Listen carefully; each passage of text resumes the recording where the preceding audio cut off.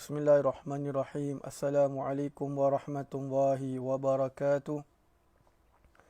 Al-Fatiha ila hadratin Nabi Sayyidina Muhammadin sallallahu alaihi wa alihi wasallam kiramil Fatiha.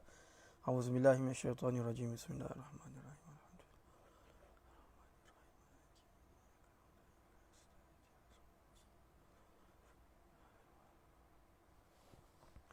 Bismillahirrahmanirrahim. Bismillahirrahmanirrahim. Alhamdulillahillazi hadana lihaza wa ma kunna linahtadiya laula an hadana Allah. Ashhadu an la ilaha illallah wahdahu la syarika lah wa ashhadu anna sayyidana Muhammadan abduhu wa rasuluh. Allahumma salli wa sallim ala sayyidina Muhammadin miftahi babi rahmatillah adada ma fi ilmillah salatan wa salaman daimaini bidawami mulkillah wa ala alihi wa sahbihi adada kulli zarratin alfa marrah. Subhanaka la ilma lana illa ma 'allamtana innaka antal alimul hakim.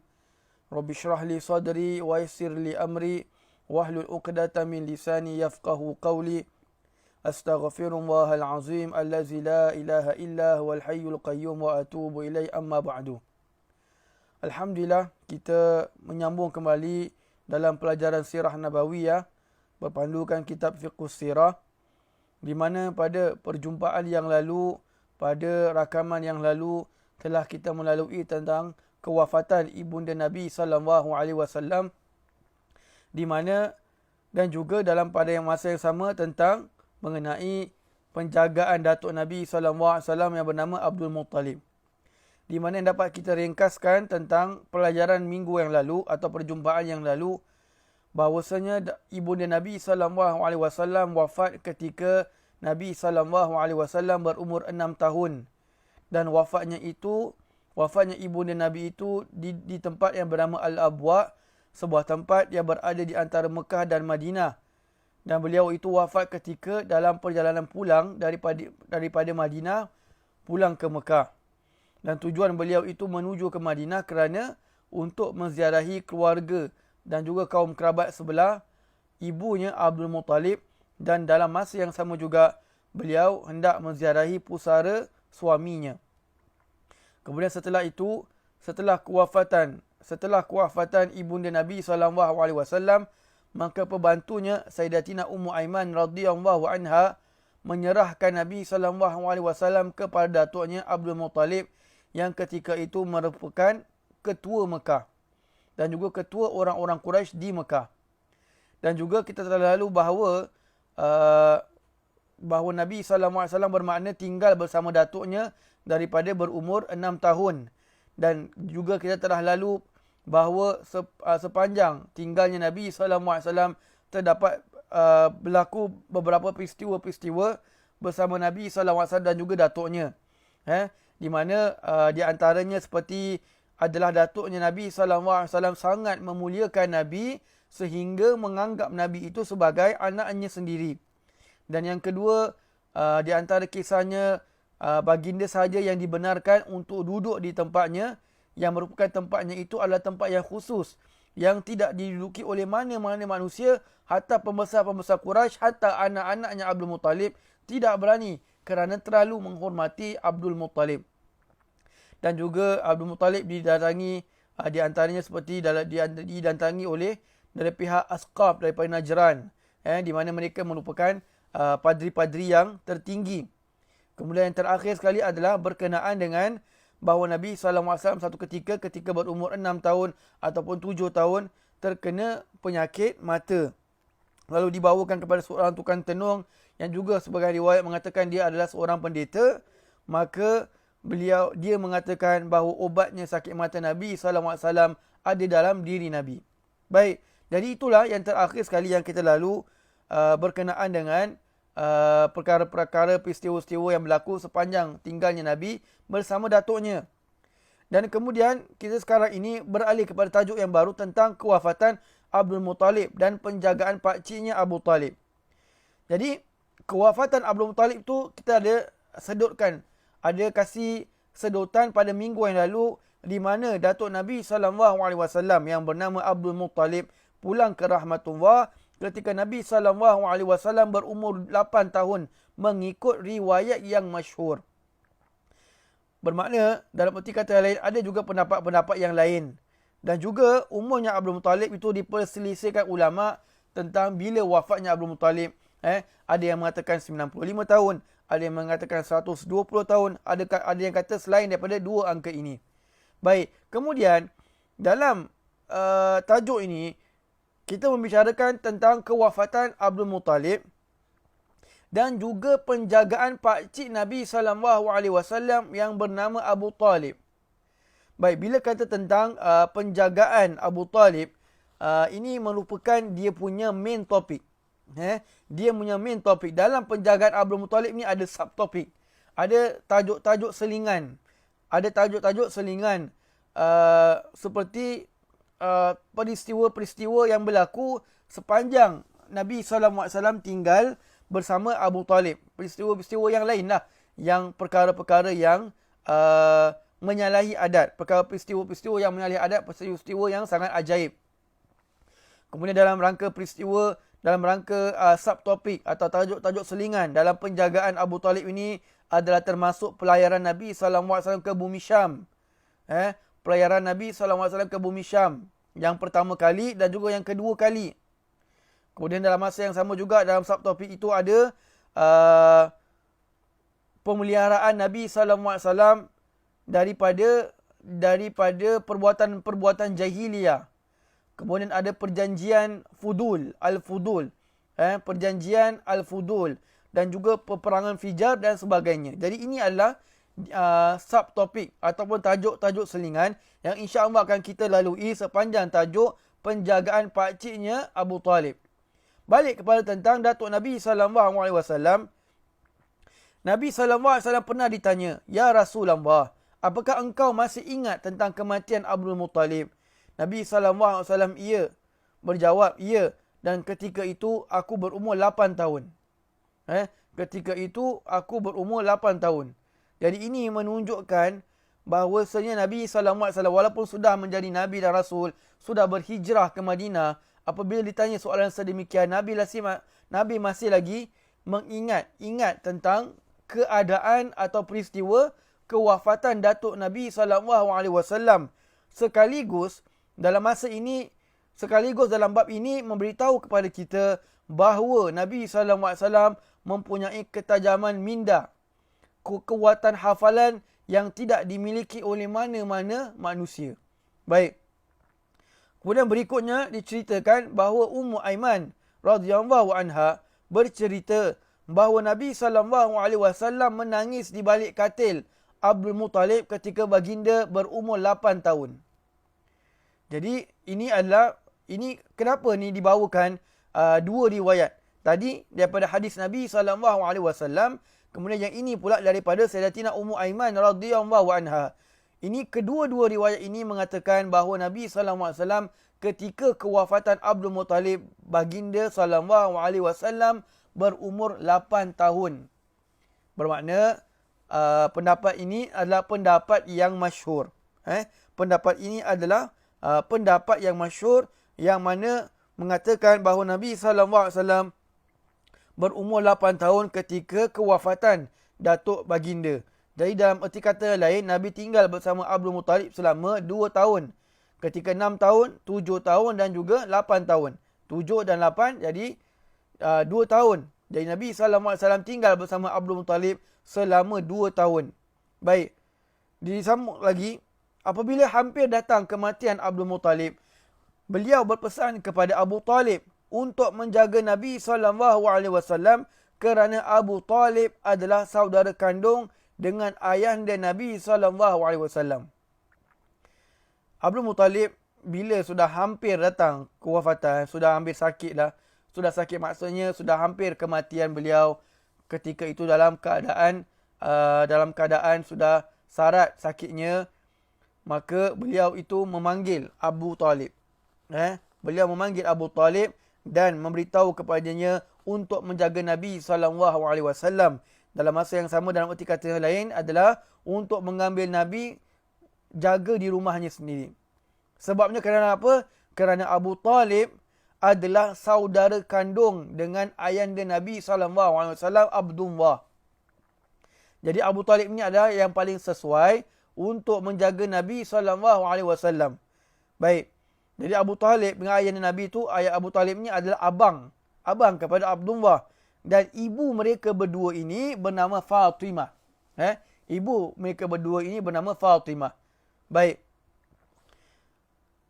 Ada juga pendapat mengatakan bahawa pemilihan untuk menjaga Nabi SAW itu diundi di antara Abu Talib dan Az-Zubair kerana mereka berdua merupakan saudara kandung bagi ayahanda Nabi SAW. Baik, ini pendapat yang kedua. Pendapat yang pertama, Abdul Muttalib menyuruh anaknya Abu Talib untuk menjaga Nabi SAW. Itu pendapat yang pertama dan itu adalah pendapat yang masyhur. Manakala pendapat yang kedua mengatakan bahawa pemilihan untuk menjaga Nabi SAW itu diundi di antara Abu Talib dan juga Az-Zubair. Mereka berdua ini merupakan abang kandung kepada ayahanda Nabi SAW. Baik. Riwayat yang ketiga atau pendapat yang ketiga mengatakan bahawa Nabi SAW sendiri yang memilih Abu Talib kerana nampak kecintaan beliau terhadap Nabi SAW. Ini pendapat yang ketiga pula. Mengatakan bahawa Abdul Muttalib ini bertanya kepada Nabi SAW, siapa yang nak Nabi tinggal? Siapa yang nak Nabi jaga baginda ketika setelah kewafatan kepergian datuk Nabi? Maka Nabi SAW sendiri memilih Abu Talib kerana Abu Talib ini nampak kecintaan beliau terhadap Nabi SAW. Obvious lah orang kata. Obvious beliau ini sangat menunjukkan sayangnya beliau kepada Nabi SAW.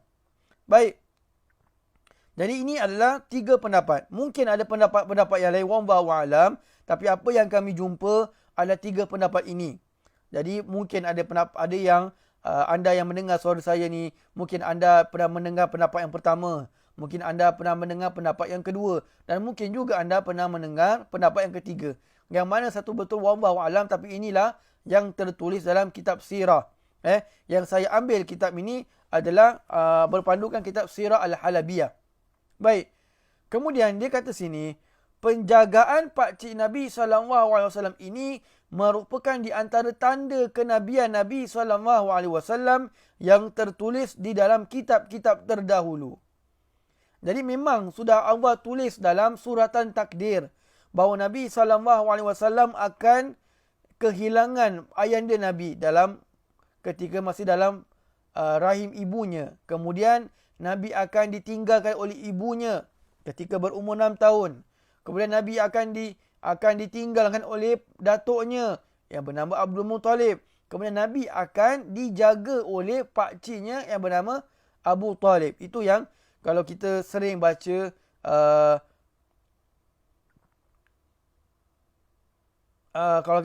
Maulid Adibai, di mana dalam salah satu daripada dia punya daripada tulisannya itu apa dia kata dia, yamutu abuhu wa ummuhu wa yakfulu jadduhu summa ammuhu syaqiqu Abu Talib.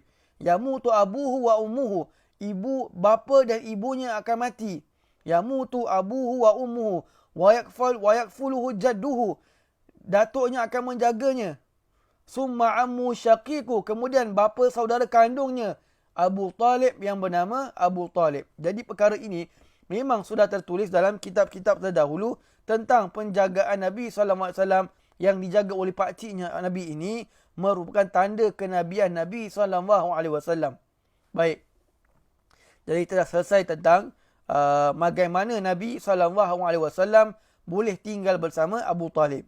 Kemudian dilanjutkan dalam bacaan, setelah kepergian Abdul Muttalib, penduduk Mekah merasai kesedihan dan tangisan yang tak pernah mereka tangisi sebelumnya. Manakala pasar-pasar di Mekah tutup dalam tempoh yang lama kerana kesedihan. Baik, jadi nak beritahu kepada kita bagaimana penduduk Mekah sangat menyayangi dan menghormati kepada Abdul Muttalib. Jadi Abdul Muttalib ni di Mekah, di sisi orang-orang Quraisy ni seolah seperti bapa-bapa mereka sendiri. Jadi bila Abdul Muttalib ni wafat, semua penduduk Mekah merasai kesedihan.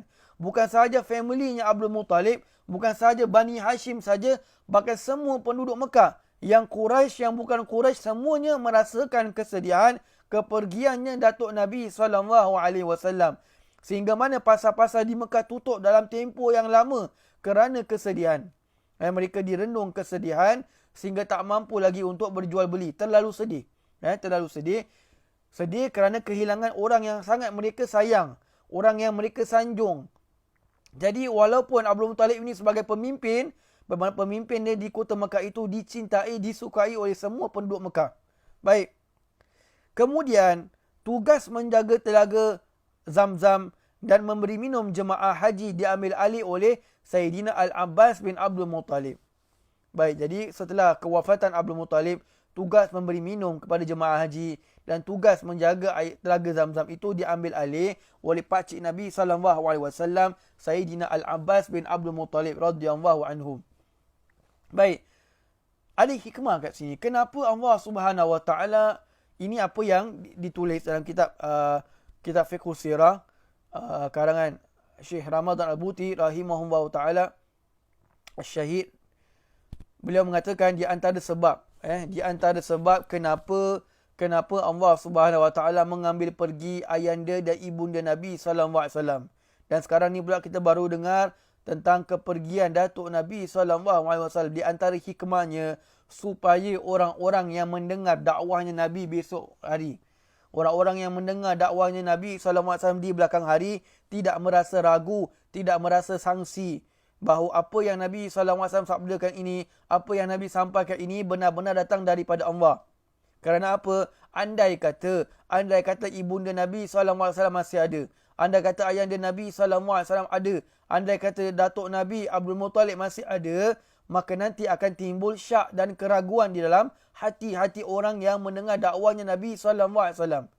Mungkin orang akan mengatakan bahawa ini apa yang Nabi belajar. Ini apa yang Nabi belajar daripada Datuk Nabi SAW. Ini apa yang Nabi belajar daripada ayahanda Nabi SAW. Kan kita kan selalu macam gitu. Kan? Kalau budak pandai, ini budak ni belajar kat mana? Oh, budak ni belajar dengan bapak dia. Bapak dia ni, pasal bapak dia punya bapak ni seorang peguam. Contoh. Bapak dia pula peguam, second man peguam. Nenek dia pula cikgu. Mak dia pula cowboy. Macam itulah. Semuanya apa? Semuanya tarik balik pada awalnya. Yang lupa dalam bab ini, lupa kepada yang menjadikan kepandaian pada anak kita, iaitu Allah Subhanahu Wa Taala. Ini kita punya kesilapan. Bila kita dapat kepujian pada anak kita, walaupun memang kita tahu bahawa anak kita itu alhamdulillah, bismillah, masya-Allah, memang Allah berikan kepintaran, maka kita jangan lupa, jangan kita asyik nak relatekan kepada kita punya genes, kita punya DNA. Oh, pasal bapak saya dulu ustaz, oh pasal datuk saya dulu ustaz, pasal moyang saya pun ustaz. Jangan kita relatekan orang. Kita kena relatekan kepada Allah Subhanahu Wa Taala, kerana Allah yang mentakdirkan perkara itu dan Allah yang menjadikan anak kita dan menjadikan kepandaian dalam anak kita. Jadi bila setiap kali kita dipuji oleh Allah, dipuji oleh orang, jangan lupa untuk mengucapkan alhamdulillah. Yang kedua cakap bismillah, masya-Allah. Ingat selalu yang kasih puji, yang kasih kelebihan, yang kasih kepandaian kepada anak kita adalah Allah Subhanahu Wa Taala. Maka kita tak seharusnya berbangga-bangga. Pasal Allah boleh sahaja takdirkan anak kita ini totally opposite dengan kita. Mungkin kita ni orang yang pandai. Mungkin kita ni orang yang peguam, berpangkat tinggi dan sebagainya kerana ada kepandaian. Tapi Allah mampu dan maha mampu untuk menjadikan anak kita totally opposite. Susah nak belajar, tak faham, beberapa kali ulang pun tak faham, penat kita ajar dia pun tak faham, sampai kita salahkan side sebelah isteri pula isteri pula kena, tak pasal-pasal isteri pula kena. Baik, jadi ini kalau kita terus menyalahkan orang. Tapi kalau kita tahu bahawa yang mentakdirkan ini semua adalah Allah Subhanahu Wa Taala, maka kita tidak akan merasa marah. Kerana tiap-tiap kejadian, tiap-tiap apa yang Allah ciptakan itu ada hikmahnya, hanya sahaja kita tahu ataupun tidak tahu. Baik, jadi ini adalah ini adalah sebab, di antara sebab apa yang ditulis oleh Syekh Ramadan Al-Buti, mengatakan supaya tidak timbul keraguan di hati manusia apabila mendengarkan dakwahnya Nabi SAW. Baik, jadi kita sambung pada bacaan lagi. Apabila diserahkan tanggungjawab menjaga Nabi SAW, Abu Talib sangat gembira dan beliau mencintai Nabi SAW melebihi daripada mencintai anak sendiri. Abu Talib ni apabila sudah diberikan tanggungjawab untuk menjaga Nabi SAW, terlalu happy, gembira sangat. Kalau bahasa Indonesia tu apa, saking gembiranya. Saking gembiranya Abu Talib itu dengan Nabi SAW, sehingga beliau mencintai Nabi itu lebih daripada mencintai anak sendiri. Kita tahu bahawa Abu Talib itu ada anak-anak yang ma'ruf, yang masyhur. Di antara Sayyidina Ja'far bin Abi Talib radhiyallahu anhu, Sayyidina Ali bin Abi Talib radhiyallahu anhu. Sayyidina Abu Talib pula isterinya juga bernama Fatimah. Sebab tu Nabi SAW pernah bersabda, aku ini dikelilingi orang-orang yang bernama aku ini dikelilingi oleh Fawatim dan Awatiq. Awatiq. Apa makna Fawatim dan Awatiq? Fawatim bermakna plural. Jamaknya Fatimah dan Awatiq adalah pluralnya Atiqah. Dari kerana kehidupan Nabi SAW, banyak orang-orang di sekeliling Nabi yang bernama Fatimah dan bernama juga Atiqah. Baik. Balik kepada tentang Abu Talib ini, beliau ini bila diserahkan tanggungjawab, dia tak ada rasa berat. Alamak, nak kena tangga, nak kena jaga satu orang lagi pula. Aku ini sendiri hidup susah, kais pagi makan pagi. Ini pula bapa aku suruh aku jaga seorang budak lagi. Tak ada. Pasal Abu Talib ni memang naturally sebelum kewafatan Datuk Nabi SAW, beliau ini memang sangat sayang Nabi SAW. Mentelah lagi bahawa ayah Nabi itu adalah adik kepada Abu Talib, adik kandung. Baik. Adalah Abu Talib itu, sampai nak tunjukkan macam mana sayangnya Abu Talib kepada Nabi SAW, adalah Abu Talib itu tidak akan tidur melainkan Nabi SAW ada di sisinya. Dan beliau juga seperti bapanya mengkhususkan makanan yang sedap untuk Nabi SAW. Abu Talib ni nak menunjukkan, kalau dalam kitab Sirah Al-Halabiyah yang saya ambil ni, beliau ini tidak akan tidur, dia tak akan nak tidur melainkan Nabi SAW ada di sisinya. Ada dekat sebelahnya, barulah Abu Talib ni nak lelap mata. Jika mana Nabi masih belum ada di sisinya, beliau tidak akan tidur. Dia tak kisah anak dia dah tidur ke belum. Yang penting Nabi SAW mesti ada dekat sebelahnya sebelum beliau tidur. Tu nak tunjukkan sayangnya. Kemudian disambung sini, dan beliau juga seperti bapanya mengkhususkan makanan yang sedap untuk Nabi SAW. Bapanya siapa? Abdul Muttalib. Jadi Abu Talib ini juga mengikut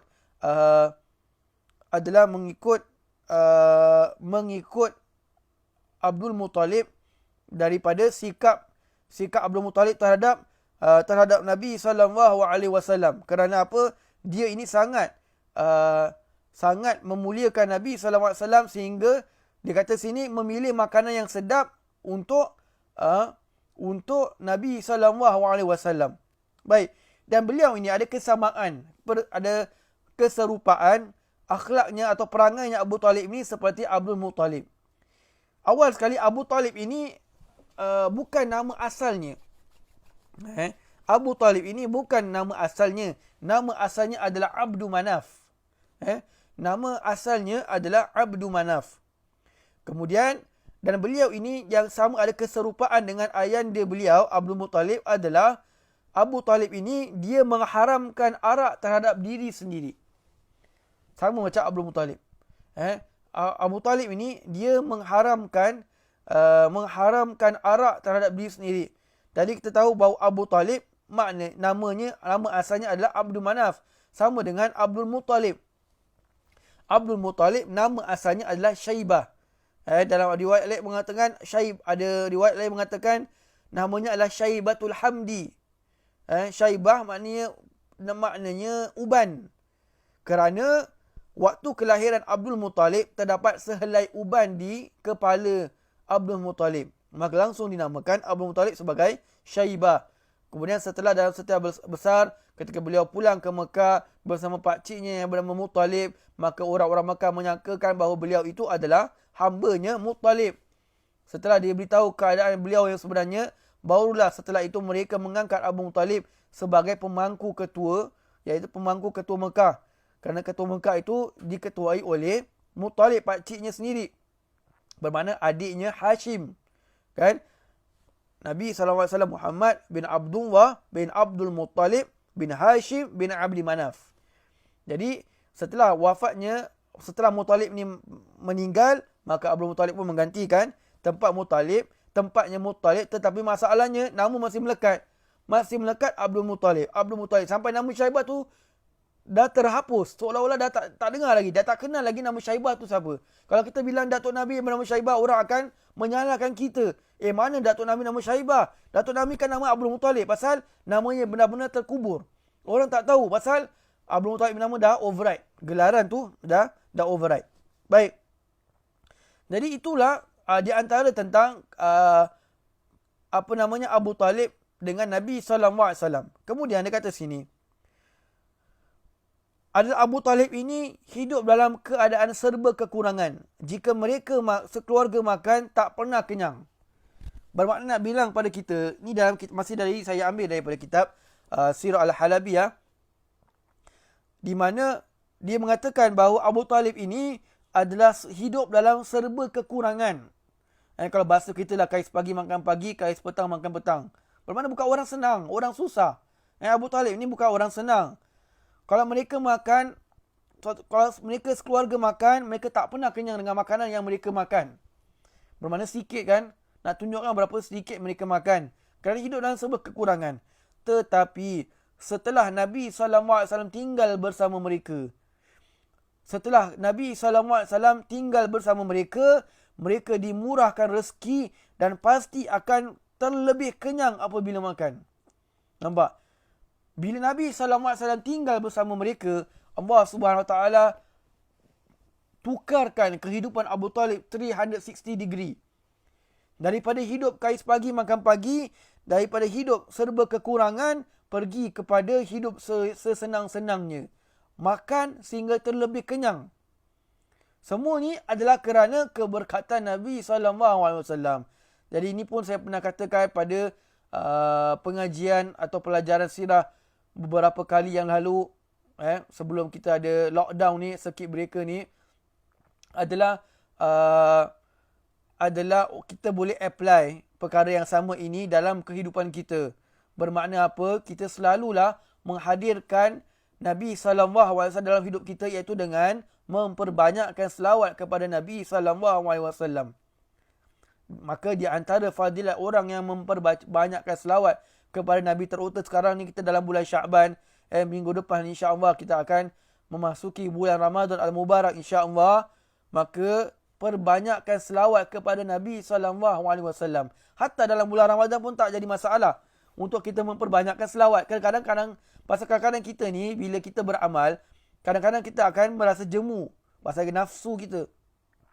Penat melakukan sembahyang sunat, kita akan boring. Jadi kita jangan bila boring dengan satu masalah, boring dengan satu ibadat, jangan kita tinggalkan semua ibadat. Dalam patah Arab kata apa? Barang siapa yang tidak dapat semua, maka jangan tinggalkan semua. Tak dapat buat semua, jangan tinggalkan semua. Itu dia punya kaedah lah. Jadi bermakna kalau kita tak boleh nak sembahyang sunat, sembahyang duha 8 rakaat, baru sembahyang 2 rakaat tergaruk sana tergaruk sini, rasa penat, rasa lelah, tukar pergi pada zikir. Zikir penat nak baca Al-Quran. Al-Quran pula baru satu line, mata sebelah dah timbil. Berat betul sebelah nak buka. Maka tukar kepada selawat kepada Nabi SAW. Dan spesialnya selawat kepada Nabi itu, dia tidak memerlukan kepada khusyuk. Dia tidak memerlukan kepada tadabbur, memahami khusyuk dengan selawat tersebut. Kalau dapat khusyuk tu lagi bagus. Tapi selawat kepada Nabi SAW itu boleh dibuat dalam keadaan apa pun kita nak buat. Bermakna kalau kita tak fokus ke, kita tak khusyuk pun, tetap satu selawat Allah bayar 100. Satu selawat Allah bayar 10. 10 selawat Allah bayar 100. 100 selawat Allah bayar 1000. 1000 selawat Allah bayar, diharamkan jasadnya daripada disentuh oleh api neraka. Berkat Nabi SAW. Sebab tu, kerana kemuliaan Nabi itulah, kita baca selawat itu, dia tidak kisah. Dia tidak ada macam antara syarat pengabulan itu adalah khusyuk. Tak ada.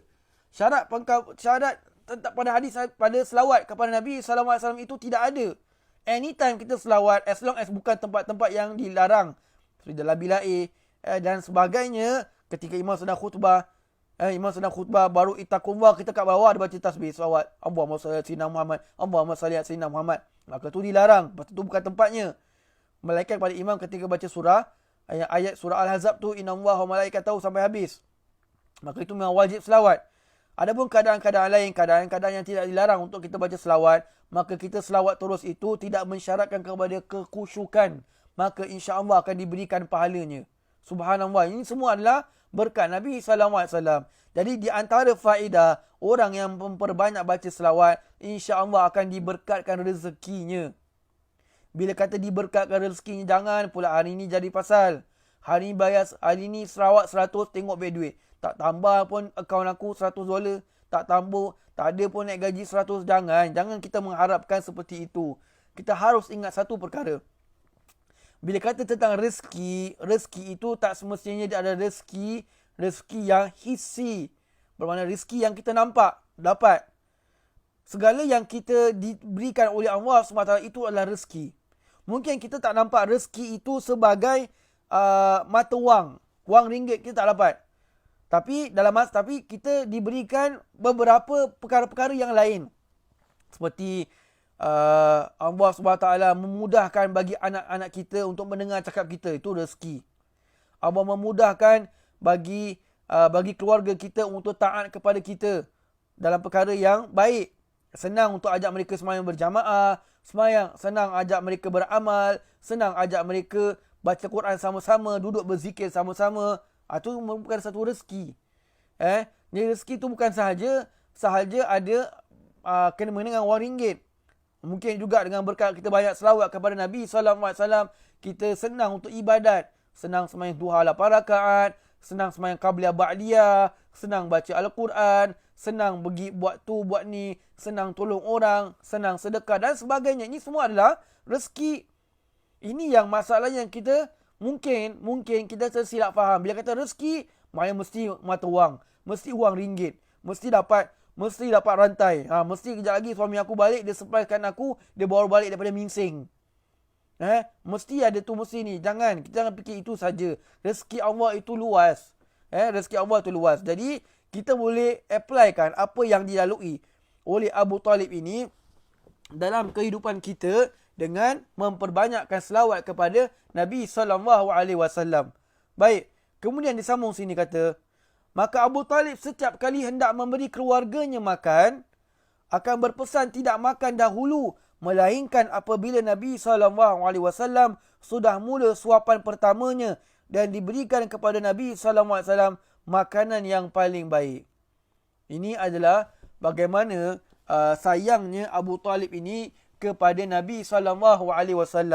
Apa dia? Adalah Abu Talib ini bila dah setiap kali berikan makanan yang keluarganya makan, maka beliau akan berpesan agar tidak makan dahulu. Bawa balik, contohlah kalau kita pergi bawa balik, nak fahamkan kita lah, kita cuba convertkan, applykan pada konteks kita hari ini. Cuba kasih contohlah bapa ni bawa balik pergi maulid, pergi majlis maulid Dibai. Dah hari tu pula ramai sangat orang kasih makan. Majlis maulid Dibai pula ada diikuti dengan tahlil, dengan doa selamat. Ramai pula yang minta doa selamat. Minta pas periksa lah, minta doa jodoh lah. Si tukang baca tu pula Pak Haji yang kadang-kadang ada yang tak ada gigi, maaf katalah.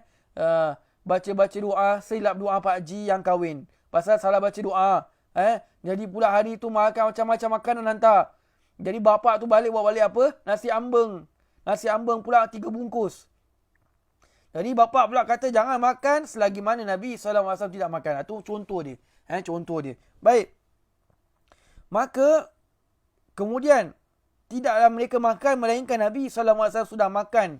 Sudah mula suapan pertama baginda. Dan baginda akan diberikan makanan yang paling baik. Makanan yang paling baik. Makanan yang paling sedap, paling lembut, itulah yang akan diberikan kepada Nabi SAW. Baik. Kemudian, jika mana diberikan susu, maka Nabi SAW akan minum terlebih dahulu. Nabi akan diberikan minum terlebih dahulu, kemudian ahli keluarganya yang lain. Hingga pada orang yang terakhir, susu itu tetap masih penuh. Subhanallah sallallahu alaihi wasallam. Abu Talib ini apabila bawa balik susu, diberikan susu atau beli susu, maka beliau ini akan memberikan Nabi sallallahu alaihi wasallam minum terlebih dahulu. Bila Nabi dah minum, maka akan dipas pergi kepada keluarganya yang lain sampai pada orang yang penghabisan. Pada orang yang penghabisan, susu tu, kalau kita bahasakan cawan tu masih penuh juga. Sallallahu alaihi wasallam, ini adalah keberkatannya Nabi sallallahu alaihi wasallam. Kemudian dalam kitab Sirah Al-Halabiyah masih lagi mengatakan, masih lagi menyambung tentang kelebihan Nabi sallallahu alaihi wasallam, peristiwa yang berlaku ketika Nabi tinggal bersama Abu Talib. Adalah bezanya Nabi sallallahu alaihi wasallam dengan anak-anaknya Abu Talib adalah apabila mereka bangun daripada tidur, ada kesan tidur di muka. Itu lumrah manusia. Anak-anaknya Abu Talib ini bangun ada kesan tidur di muka mereka. Lumrah lah, benda yang normal.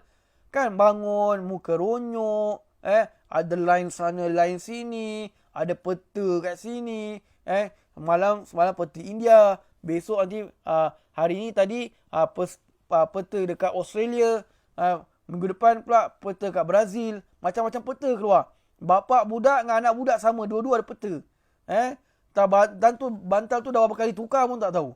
Kan? Jadi itu lumrah manusia apabila tidur, bangun ada kesan tidur. Tetapi Nabi SAW bangun dalam keadaan segar, bercelak dan harum. Allah piara Nabi SAW. Allah jaga Nabi. Nabi beza dengan anak-anaknya Abu Talib, beza dengan sepupu-sepupunya Nabi SAW. Nabi bangun dalam keadaan segar. Tak ada kesan tidur. Maksudnya tidak ada kesan, tak ada muka ronyok, tak ada air luwasi, semua tak ada. Bahkan Nabi SAW bangun dalam muka yang segar, fresh. Macam seolah-olah tak tidur. Nabi SAW. Kemudian, Nabi SAW bangun juga dalam keadaan harum. Kita bangun, bau mulut bau apa? Isteri kat sebelah boleh pingsan tak? Boleh pingsan. Isteri kat sebelah boleh pingsan. Kalau ada mak mentua kat sebelah, boleh menyesal kahwinkan anak dengan menantu dengan anak dia sendiri. Pasal boleh tahan bau dia. Kalau buaya menguap. Teruk betul. Tapi Nabi SAW tak. Bukan orang sini lah. Maksud saya, orang mungkin dekat sebelah barat. Sana. Barat mana? Wallahu alam. Baik. Satu ketika, ni masih dari dalam peristiwa yang berlaku ketika Nabi tinggal bersama pakcik Nabi yang bernama Abu Talib. Satu ketika, Mekah ditimpa dengan kemarau. Mekah ditimpa dengan kemarau. Maka orang-orang di Mekah ketika itu berdoa minta dengan berhala-berhala. Of course, pasal mereka adalah kaum musyrikin, orang-orang yang mensyirikkan Allah Subhanahu Wa Taala. Dalam masa yang sama juga ada beberapa golongan-golongan yang mereka ini adalah golongan yang hendak mencari kebenaran. Mereka nak mencari kebenaran kerana mereka tahu bahawa berhala itu bukan Tuhan. Berhala itu adalah mereka mensyirikkan Allah Subhanahu Wa Taala. Jadi mereka ni mengatakan, apakah kamu semua ini minta kepada berhala, sedangkan dalam kota kamu ini, dalam kota kita ni, masih ada keturunannya Nabi Ismail AS. Lalu mereka tanya kepada orang itu, siapakah orang tersebut? Mereka mengatakan, ia adalah Abu Talib. Ia adalah Abu Talib. Baik. Mereka tahu. Jadi, kenapa mereka hanya mention pada nama Abu Talib? Kerana Abu Talib ini, namanya itu masyhur di Mekah. Memang waktu Abu Talib jadi ketua di Mekah, ada perselisihan di antara puak-puak Arab, puak-puak Quraisy yang lain. Ada yang mengatakan Abu Talib dengan kita sama umur. Kenapa Abu Talib lagi layak untuk jadi ketua? Kenapa tak kita? Kenapa dia jadi ketua? Kenapa bukan aku? Yang dia nak jadi ketua, dia nak jadi ketua. Jadi ada perselisihan. Jadi itu adalah kita skip. Kita tinggalkan itu bab kerana kita fokus more kepada Nabi SAW. Jadi bila Abu Talib jadi ma'ruf namanya, itu masyhur namanya, maka mereka bawa ke rumah Abu Talib. Bila buka rumah Abu Talib yang buka pintu rumahnya, orang ni, ada sebagian riwayat mengatakan yang cerita ni, orang ni datang daripada luar. Maknanya apa? Orang ni bukan penduduk Mekah, tapi luar Mekah.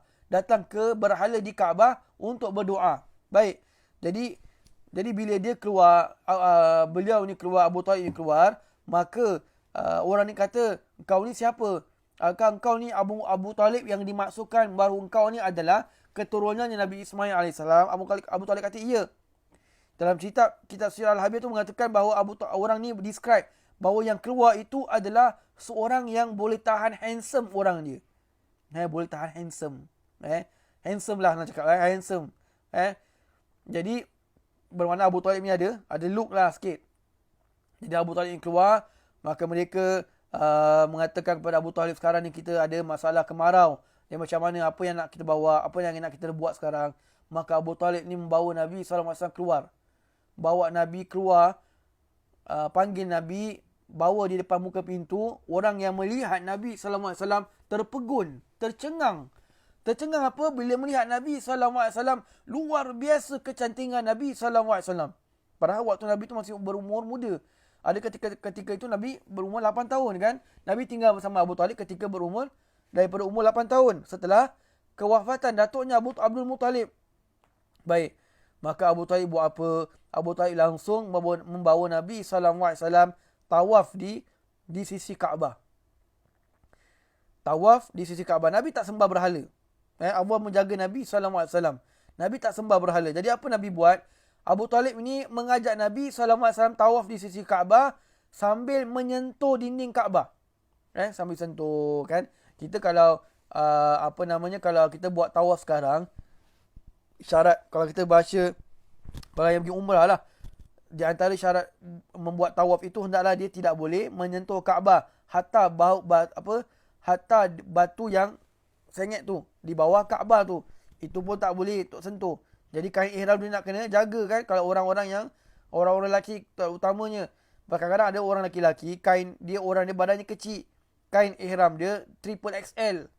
Jadi bila dia pakai, kadang-kadang dengan batu-batu dekat Mekah tu makin licin pasal gara-gara kain ihram dia. Jadi kalau dia tawaf dekat sangat dengan Kaabah, memang lelaki-lelaki tu sunat tawaf dekat dengan Kaabah, dekat dengan dinding Kaabah, lagi sunat, lagi afdal. Tetapi dia kena jaga. Kalau dia punya kain ihram tu bersentuhan dengan Kaabah, maka itu langkah dia, bergeraknya itu ketika dia tawaf, itu distance tak sah. Tak sah. Bermakna kalau dia boleh patah balik, dia kena patah balik. Cover back. Kalau tak boleh, kena tambah lagi satu pusingan. Jadi balik kepada kisah Nabi SAW ini, maka Abu Talib ni ajak Nabi tawaf di sekeliling Kaabah. Di sekeliling Kaabah dan sambil menyentuh Kaabah. Dan Nabi hanya melihat kepada langit. Sambil Nabi tawaf dengan Abu Talib, sambil itu Nabi SAW melihat kepada langit seperti seolah-olah mengharap agar Allah Subhanahu Wa Taala menurunkan hujan di Mekah, di Kaabah ketika itu. Maka bila Nabi SAW setelah beberapa pusingan melihat kepada langit, maka tiba-tiba datang awan daripada bermacam-macam arah.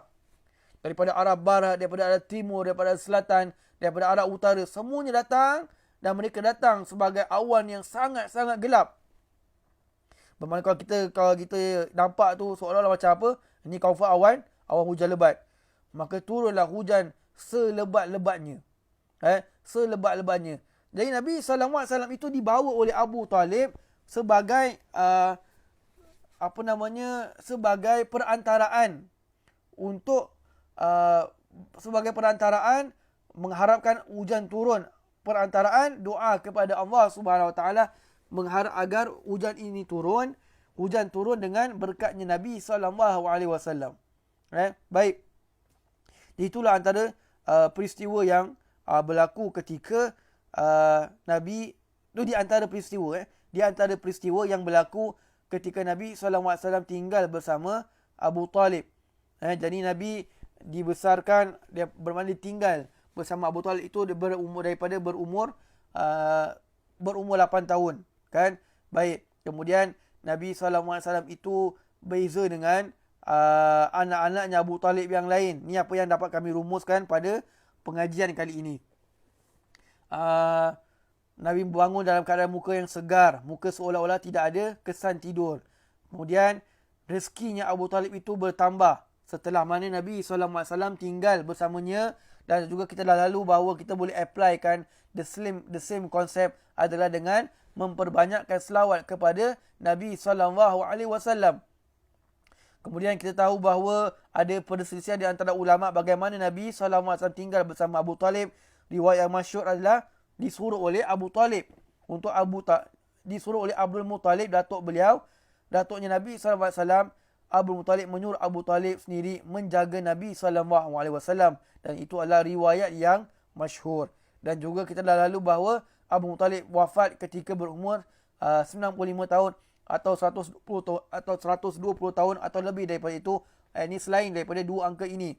Dan juga penduduk Mekah terkesan dengan kewafatannya Abdul Muttalib dengan kesan yang sangat sehingga mereka tidak buka kedai dalam beberapa masa yang lama, dan juga menyerahkan tugas menjaga air Zam-Zam, dan juga memberi minum kepada jemaah haji itu diambil alih oleh Al-Abbas, Sayyidina Al-Abbas radhiyallahu anhu, anaknya Abdul Muttalib. Baik, jadi inilah apa yang dapat kami rumuskan tentang kewafatan Datuk Nabi SAW. Dan sekarang ni kita pada tajuk penjagaannya Abu Talib. Jadi insya-Allah kita akan sambung pada pelajaran minggu hadapan, masih lagi dalam tajuk penjagaan pakcik Nabi SAW.